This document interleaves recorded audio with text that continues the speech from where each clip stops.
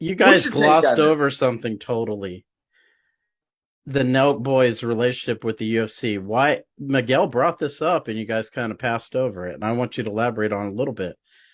Under normal circumstances, the UFC would fire somebody like that if they set up one of their fighters to get beat up, on their own accord, right?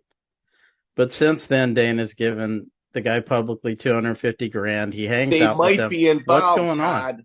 They might be involved. That's why. Yeah, I think it certainly looks that way. Okay.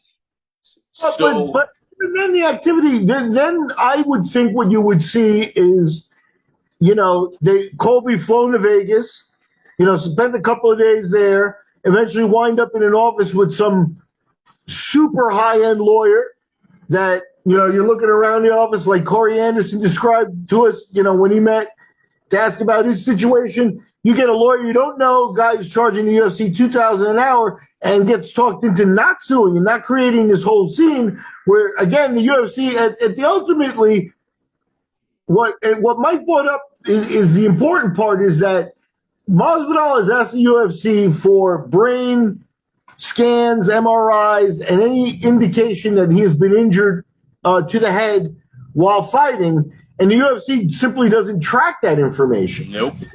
This whole thing just turned ugly there, and the UFC I don't see them trying to limit it. I see them probably comfortable with their contract with whatever outside. The Nelk Boys we said they're UFC employees. I would venture to say that they're probably a contract hired to perform certain duties, but I don't think they're getting health benefits from the UFC.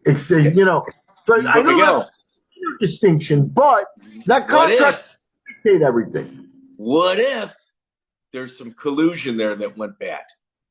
Oh yeah, if there's a line with a matchmaking, but I could also see somebody like the Nelk Boys being hired, and the contract says that they're responsible for the content. That they don't want to change anything, but for sure. So for sure. The UFC might be comfortable. You don't get them paying out. What about text messages of collusion? Do you then just go, okay, well, I'm a fighter, I'm going to fight? Or if you look at the text messages to know that there's collusion, because the Nelk Boys pretty much admitted guilt immediately, and they even pointed the finger at the guy that was doing it. If they can prove the text chain, yeah, if you have Colby is about to get his biggest payday ever. Dana White just dropped 250 grand, which is more than the entire undercard has made combined at one of his high-end pay-per-views.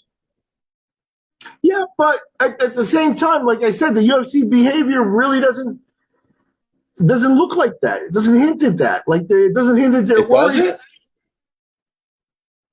Mike, why would they give $250,000? Why not fire them and cut them off? Why not end this whole thing and let it become a zoo? That's all.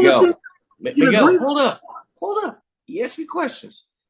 If I'm asking you to toe the line and keep my name out of your mouth, the last thing I'm doing is firing you. I'm throwing you $250 just to eat it.